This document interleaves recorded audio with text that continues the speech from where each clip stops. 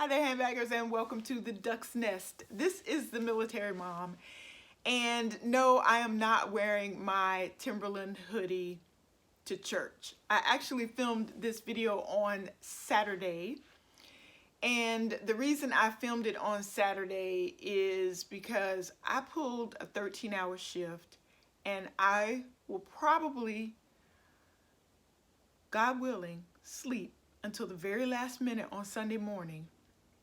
Get up with just enough time to get to church right before he starts preaching. No, I really don't think I'm going to have time to film a video on Sunday. So I wanted to go ahead and film this on Saturday and give you all an outfit, even though it's not a outfit that I would wear to church, but you never know. I am wearing this Timberland cotton hoodie along with a pair of velveteen jeans, and I paired this outfit with some double hoops and a beaded choker, and the shoes that I wore, since I'm advertising for Timberland with my hoodie, I am wearing my favorite boots, which are my beat up, scuffed up Timberland hikers, but they are oh so beloved because I can depend on these shoes. When it's snowing, I pull out these Tim hikers. You can see that they are well worn and broken in. When it's raining, I pull out these Tim hikers, and when I just don't want to be bothered, I pull out my Tim hikers. So I'm pretty loyal to the Timberland brand. I have a couple of pair, actually not a couple of pair, I have a few pair of Timberlands. They're not all hikers, but I really think by far these are my favorite boots because they just do what I need them to do. So that is the outfit that I wore today, and I am committed to not carrying the same bag twice, to rotating my collection. So I carried a bag that I have not carried before today, and it is this bag. This is a Michael Kors nylon top handle satchel that I picked up from TJ Maxx. I did the unbagging on the channel. I can't remember if it was doing all those hatchlings. Gee whiz, I don't remember. But anyway, I will show you how it is packed and give you some information on how it behaved. So it is a top handle bag and a shoulder bag and a crossbody. I did not, however, carry this bag crossbody. I just carried her by her top handle, and the strap was suspended from my shoulder. And I love the design of this bag for a couple of reasons. First is the studs stop right where you actually need to carry. So it was very comfortable carry because I wasn't, dealing with all these studs digging into the palm of my hand. And it's nylon, so even though she is packed full, it was lightweight, not heavy at all. And I'm going to start with the back of the bag because that is actually where, in this very nice slip pocket, where I carried my phone in the case. And you'll see that's a pretty nice sized pocket on the back. And then there is a pocket under the flap. And let me tell you all about this bag with one-handed operation. So when I tried to get into the main compartment with one hand, the magnetic snaps are actually under the buckle, not right here. So there are two magnetic snaps, and by the time I got one undone and went to reach for the other one, this one had reattached, so it was pretty challenging to open this bag with one hand, but it wasn't unduly frustrating. So there is a under flap pocket here, and I used this for my glasses case and also for some receipts. And then the main compartment carried just a simple cotton cosmetic case, the wristlet with the fold over card case that I use as a wallet. And this bag does not have a key keeper, so my keys were pretty much just thrown in here and sort of fell down in there where they could. And I didn't even use this slip pocket nor this zippered pocket. So just plenty of room, a nice light colored lining, and a lot of style to this bag. I could see this bag easily becoming a go-to. However, I will not carry her again until I have rotated through all the bags in my collection. So this is the Michael Kors nylon, and I don't know what the official color is because that was not listed on the TJ Maxx price tag, so I am just calling it olive. All right. Now, I want to share something with you all that I have really been thinking about, and it is prompted by what is going on over at Melissa's Purses channel. Most of us are subscribed to her channel, and if you are following her channel, then you know Melissa has been really focused about downsizing her collection. And I understand why. First and foremost, Melissa has said that she has found her holy grail. She calls it her holy grail bag. And you know, when you have that bag, what other collecting is there to be done, honestly? So I understand that, and she and her husband have some goals as well. So she's downsized her collection, and I've been thinking about downsizing mine. And I tried to downsize mine, and it just didn't work. I wish Melissa all the best, and I have enjoyed the videos on her channel, but I just can't downsize my collection, and let me explain really quickly why. For those of you who follow my channel, there are two things that you may remember. First of all, I don't keep my bags in their dust covers. And secondly, I have an entire room in the Duck's Nest dedicated to my handbags that I refer to as the Operation Center.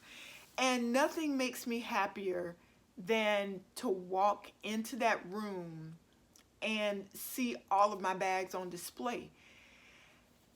Diamond 76 Home Decor on a Budget. I love watching that channel. Pam is very gifted. I've told her that. She's like this master decorator. She just has a beautiful home. I am not a decorator. My bags are my decoration. That's probably pretty sad, but that room it's my happy place. That is where my works of art, my decoration, my aesthetics are actually housed in that room. And let me show you what I mean really quickly. So I'm going to bring up a bag that to me is a work of art. This is my Dooney and Bourke I forget what they call this thing. I think it's the tassel bag. It's just a beautiful bag to me. First and foremost because of the beautiful Florentine leather. And then you have the tassels. And then you have the whip stitching. And then you have the contrasting stitching against the dark leather. And the handles. And even the edging, to me, is a work of art. Along with the beautiful red interior of most Dooney and Bourke bags. The trimming, this bag is a work of art. This is how I decorate the duck's nest, is with my collection. Let me show you another bag that is totally different from the bag I just showed you, but I also consider a work of art, and that is this very simple, lightweight cotton Vera Bradley tote. Look at the colors in this bag and the intricate designs and the quilting. I don't know if you can see the quilting, if it's coming across, but this is just a beautiful bag, and she's a work of art. And I don't really want to get rid of her. I don't carry her a lot. I just like the fact that she's there when I get ready to carry her. One more bag really quickly is this Coach piece. Look at the detailing and the colors and the stitching, and it's just a piece that I marvel at these bags when I walk into the operations center, because they're all just unique and just very well crafted, well thought out designs on most of them. So my operations center is my happy place. I don't think I'm going to downsize my collection. And speaking of downsizing my collection, I have an unboxing, so obviously I'm not. This is a piece that I picked up from eBay, and the seller packaged it nicely. She thought enough of me as a buyer and the bag to ship the bag UPS. So let me just show you how she packaged it.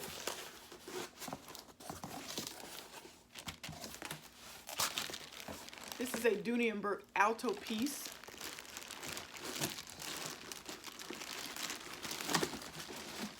Well protected.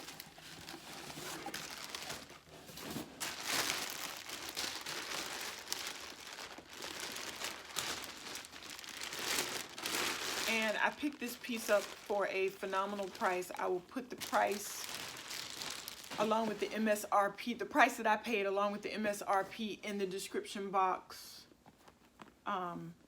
But there were so many reasons I bought this bag. First and foremost, I wanted to add another Dooney and Bourke Croco piece to my collection.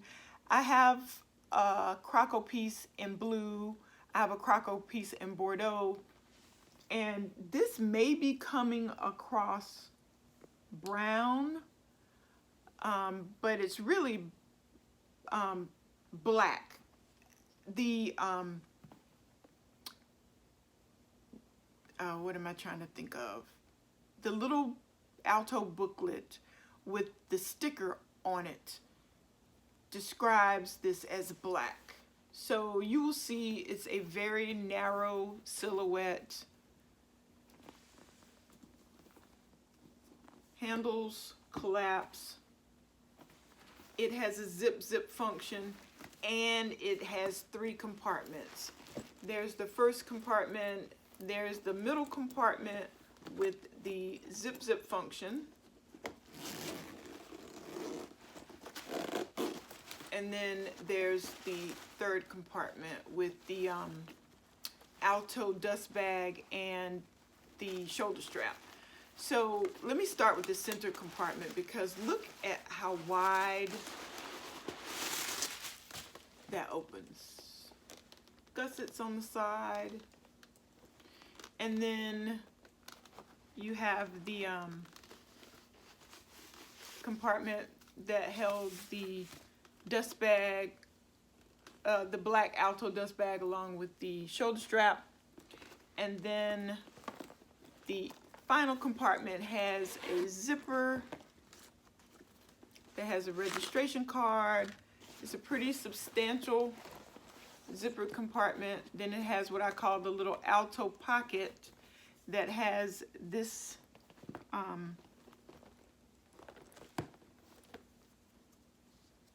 little pamphlet. Let me see if I can.